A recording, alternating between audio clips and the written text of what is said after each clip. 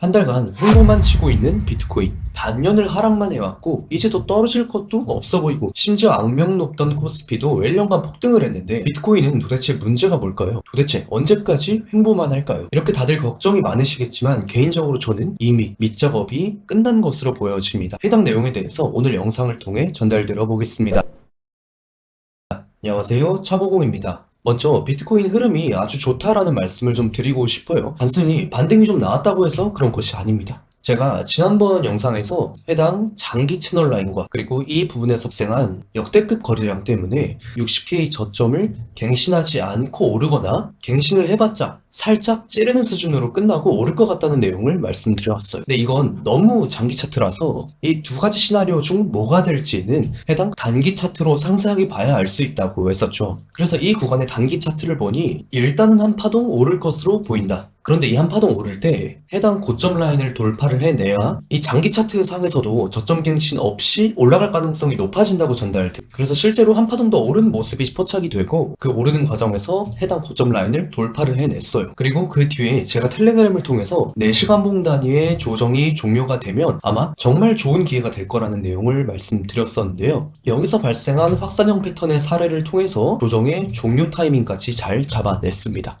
지금은 이제 살짝 저항받을 가능성이 있는 구간에 도달을 했는데 이 초단기 차트가 중요한 게 아니라 지금 해당 고점 라인을 돌파한 게 상당히 중요합니다. 이게 무슨 일이 일어난 거냐면 저점과 고점을 한 차례씩 높인 상황이 발생을 한 것인데 다우 이론에서는 이를 최초의 상승 추세가 만들어졌다고 합니다. 이렇게 한번 상승 추세가 만들어지면 직전 저점을 이탈하기 전까지는 얘가 유지가 돼요. 유지가 된다는 건 하락이 나와도 되돌림 수준으로 그치고 다시 한번 고점을 탈환하러 가는 걸 의미합니다. 그래서 현재 상황에서 이 62.5K 저점을 깨기 전까지는 모두 되돌림으로 취급을 하고 다시 한번 고점을 탈환하러 가는 것을 생각을 해볼 수가 있어요. 근데 이것만 가지고 차트를 분석하기에는 너무 부족하죠. 근거가 너무 모자라요. 그래서 우리가 실제로 상승 추세를 만든 것은 물론이거니와 이 내부의 파동의 형태까지 비슷한 구간을 예시로 삼아서 볼 거예요. 우리 학창시절에 개념서, 이론서 공부하고 그 다음 그 이론이 녹아있는 예제풀이까지 하잖아요. 비슷한 느낌이라고 생각을 하시면 됩니다. 자, 보시면 동일하게 급락을 만든 이후에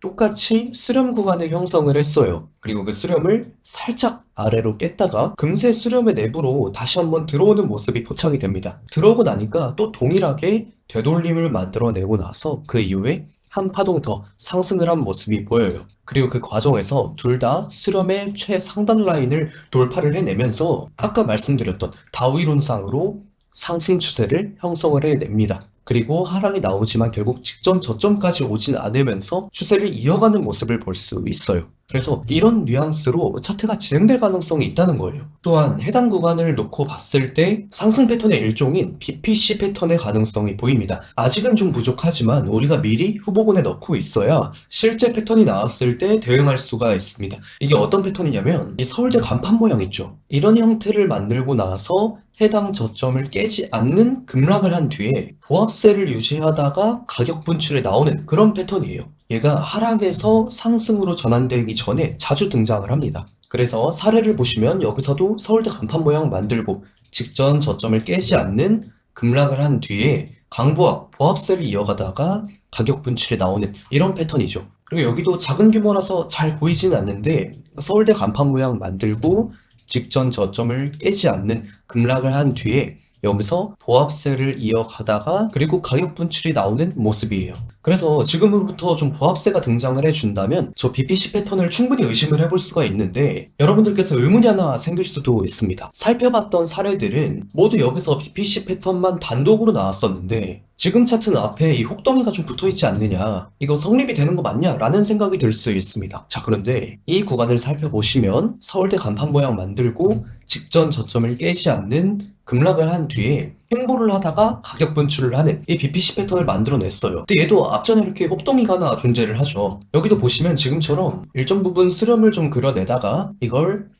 페이크로 이탈했던 전적이 있습니다. 그래서 앞에 이런 게 좀 붙어 있어도 상관은 없다는 이야기예요. 이 부분을 확인해 보시면 좋을 것 같고 실제로 수렴이 그려지게 된다면 여러분들께서 조금씩 준비를 해야 하지 않을까 싶습니다. 그리고 이 패턴의 컨펌 기준은 해당 고점에 돌파라는 점도 인지해 주시면 좋을 것 같아요. 컨펌 기준이 왜 필요하냐면 세기 패턴을 일례로 해서 대부분의 패턴들이 잘 가다가도 다른 모양으로 그냥 변형되는 경우가 많습니다. 그래서 그 패턴이 성립될 가능성이 높아질 때까지 일단 지켜보는 경우가 많아요. 그런데 언제까지나 계속 지켜볼 수만은 없기 때문에 특정 포인트를 활용해서 그걸 패턴의 컨펌 기준으로 삼는 경우가 많습니다. 그래서 이 고점 가격이 돌파되는 시점에 패턴이 컨펌 난다는 것을 인지하시면 된다는 거예요. 그런데 여기서 미리 진입을 시도해 볼 수 있는 방법이 있습니다. 그건 바로 여기 초단기 차트를 활용해 보는 거예요. 1시간 봉을 한번 확대를 해서 보겠습니다. 자, 어제 여기서 확산형 패턴을 통해 상승 전환 타이밍을 잘 잡아냈었죠. 그런데 이걸로 끝이 아닙니다. 지우고 구조를 다시 한번 살펴보면 해당 매물대의 하단 라인을 이탈했다가 다시 들어오는 모습이 보여요. 이렇게 되면 추후에는 이 구간을 다시 한번 재이탈하는 게 쉽지가 않습니다. 매물대 하단 라인을 깼다가 다시 한번 들어오면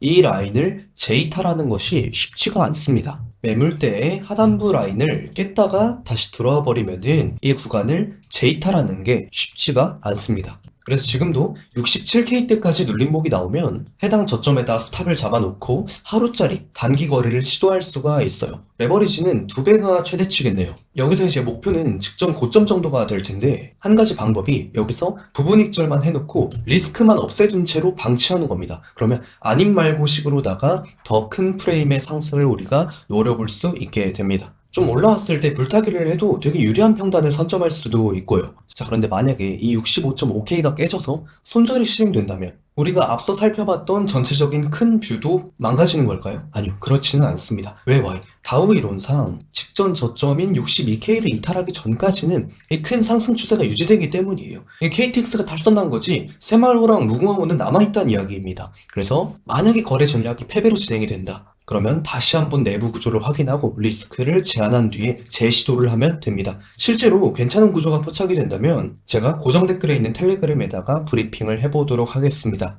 여기까지 정리를 해보면 장기 채널과 거래량, 그리고 여기서 발생한 다우 이론상의 상승 추세를 활용해 봤을 때 직전 저점 레벨인 62K를 살리면서 올라가는 것을 기대해 볼 수 있고, 사실상 우리가 거래 타이밍으로 삼을 수 있는 건 74K 돌파지만 우리가 단기 차트상의 이 내부 구조를 통해서 미리 시도해 볼 수 있다. 다만 하위 파동이기 때문에 이것 자체의 기대값은 크지 않아서 목표에 왔을 때 일부 덜어내는 작업이 필요하다. 여기까지입니다. 오늘도 여러분들께서 욕심보다는 계획을 우선시하는 그런 거래를 하셨으면 좋겠습니다. 이상으로 차트 보는 공대생이었습니다. 감사합니다.